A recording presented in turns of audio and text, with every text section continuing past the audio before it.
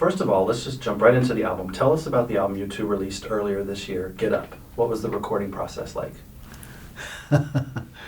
Well, we've been talking about recording for years and years and years. And finally, we had the time. We were both free at the same time to go into the studio.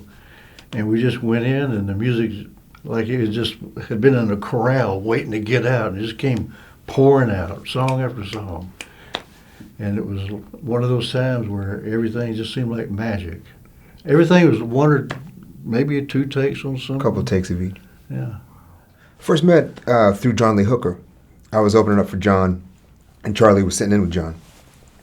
And that's when I first met him. And then a year or so later, maybe a couple years later, we went in the studio. John Lee called us in. Yeah, John called us in to the studio to play on a record he was making. And that's musically when we knew it was jumping. Yeah, even John Lee said, man, you guys ought to record together, because it was just so right. And we just resonated. Everybody. It was just one of those sessions where you didn't want it to end. So that's when we knew we had to get in and do a whole album. Yeah, John doesn't mince words. Yeah. What he says, he selects carefully and means, and then doesn't say any more than necessary. And so when he said that, it stuck with me. John don't blow smoke. No. Ben, you wrote or co-wrote all the songs on Get Up. What did you draw from in your life to create this collection of songs? What is the story you were telling on Get Up?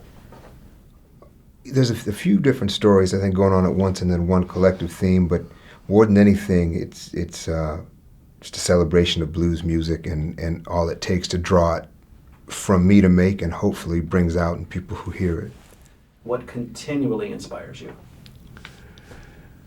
Gosh, people expressing themselves from the heart. Like folk music from all around the world seems like music from the heart. Somebody's singing about something they really mean.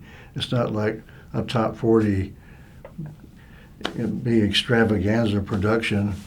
That's the stuff that gets me. Gospel music, country music from just probably anywhere.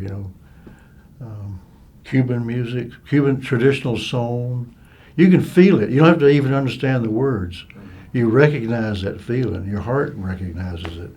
And I think the same is true of blues. I can play blues in some country where they don't know what I'm singing about, but and some level they recognize that feeling. They know what that means, that feeling.